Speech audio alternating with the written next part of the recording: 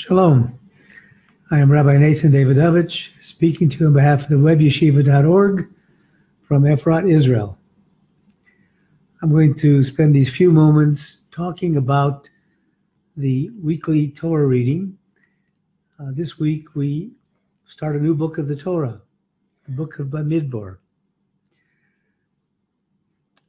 The book of Bamidbar is in English, it's the book of Numbers, because it's talking about the census of Bnei Israel. There's a couple of interesting points I want to bring out. First of all, the Parsha and the whole Sefer begins with the following pasuk. It says, "Vaydaber Hashem Moshe, God spoke to Moses, Bamidbar Sinai, in the wilderness of Sinai, B'Ohel Moed, in the tent of meeting, Be'echad L'chodesh Hasheni, B'Shana Hasheni Seis Mineres Mitzrayim Lemor," etc., saying. And then it goes on, "Su'as Rosh Chaldas Yisrael," count the heads of the congregation of Israel, the Mishpachosam by their families, Leveisavosam by their fathers' houses, the Mispar Shemos by their number of their names, Kol Zachar V'Gugalasam, everybody according to their heritage. Some initial questions are presented. First of all, why does the Torah have to tell us that the Torah was given in the Midbar, that God spoke to us in the Midbar? The Midbar is a desert. What difference does it make? We know as we study the Torah is not but just a bunch of stories. The Torah has a lesson for every single day, every single generation, every single period of time. The Torah is eternal. It's not just a storybook. So what does it tell us in Midbar? That it was given in the Midbar. If you remember, what was the desert? The desert was just before they received the Torah on the smallest mountain, Mount Sinai. They received it, but it was in the desert. The Bala Turim, that Rabbi Yaakov ben Asher has a very interesting comment on that first sentence of Midbar Sinai, and he says, why does it say it's in the desert? He says, Le'el minei kasiv, just above in the previous parsha, when we close the book of Vayikra, it says, Elo hamitzvos, these are the commandments that you should fulfill. V'somichlei Bamidbar. And next to that, we then have this parsha of Bamidbar in the desert. It says, Lomar, to teach us, Imein Adam Mesim Atzmo Kamidbar, Enu Yochol Liodea Torah o Mitzvos. It comes to teach us that if a person doesn't make himself nullified like a wilderness, he can't learn Torah and mitzvos. What is a wilderness? It's nothing. Nothing exists there. Nothing grows there. It's completely, if you compare it to a person, it's a person without an ego, a person who's completely humble, like the dirt of a desert. So that's the first thing we learn, is how to acquire Torah. Now it's interesting, and it's no coincidence. There's no coincidence at all. This particular parsha is always read either right before Shavuos, Shabbos right before Shavuos, or just close to it.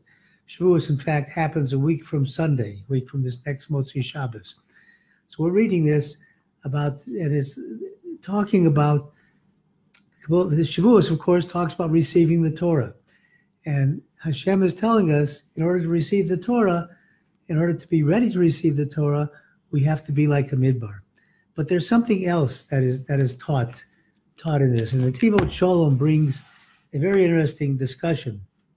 He asks the question, he says, why is it necessary to tell us about the counting of the children of Israel, of the Jews in the wilderness? He says, because we believe that the Torah is eternal. And what's the eternal lesson that we learn from numbers of people who were in the desert at that time?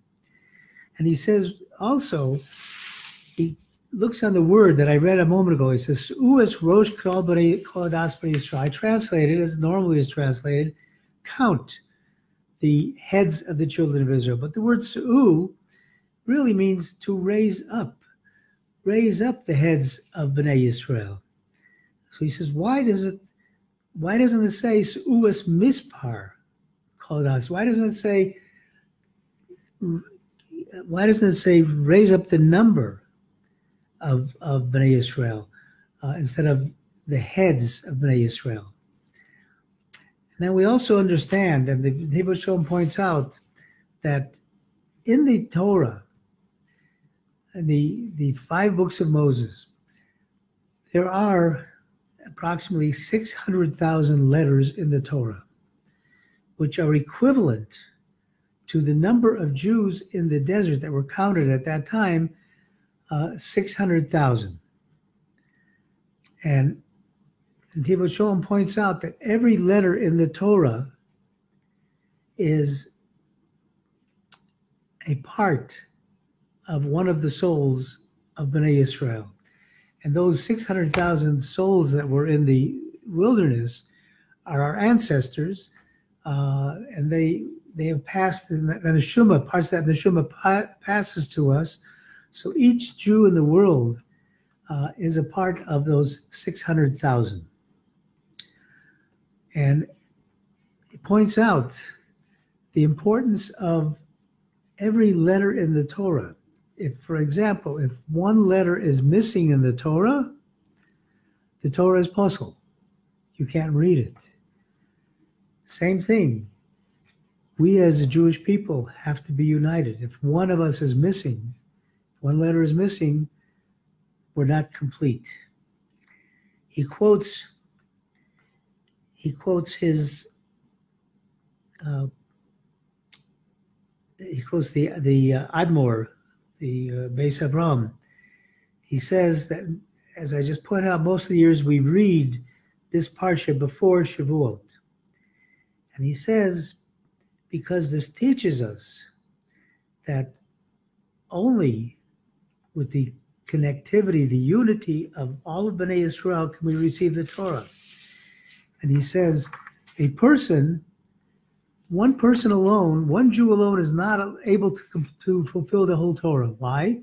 Because there are commandments in the Torah that are given to the Kohanim, to the priests, to the Leviim. There are Kohanim, there are mitzvahs that are given to the firstborn. There are mitzvahs that are given to women. We each have a particular role, and it's the combination of all of these roles together, when we are together, that we can fulfill the Torah. And if you remember, as we approached and got ready to receive the Torah, what does the Torah tell us? Vayichan sham neged ha'am, that the people camped next to the mountain, next to Mount Sinai. The word Vayichan is a singular word.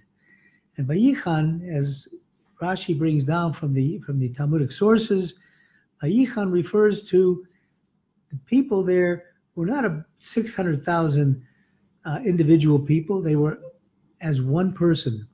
Ish echad b'lev echad. They were like one person and one heart. And he said, similarly, it is said, Nasa v'nishma amru ke'echad.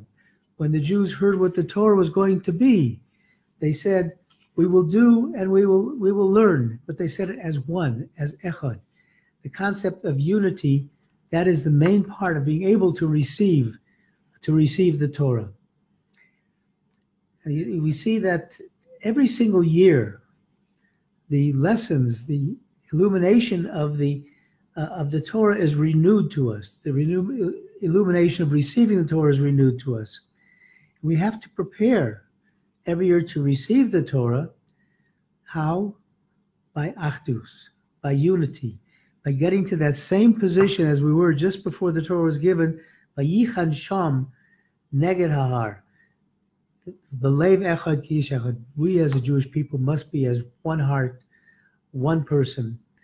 And by doing that, we can then fulfill Nasa v'nishma. We will listen, Amru ke'echad, as we say it, as a unified people.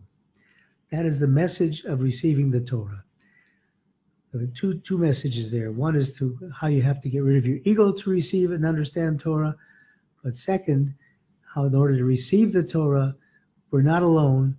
We are all united together. And this Rosh, lifting the head, tells us about the importance of each individual. Each individual has its unique ability, unique letter in the Torah. We need all of these letters of the Torah together to make a Torah. Thank you for listening on behalf of the webyeshiva.org. I wish everybody a wonderful Shabbat, and hopefully we'll talk to you next week. Also, Sunday in Israel is Yom Yerushalayim, Jerusalem Day, where we celebrate the wonderful miracle that Hashem gave us, having united once again the holy city of Jerusalem. Shabbat Shalom.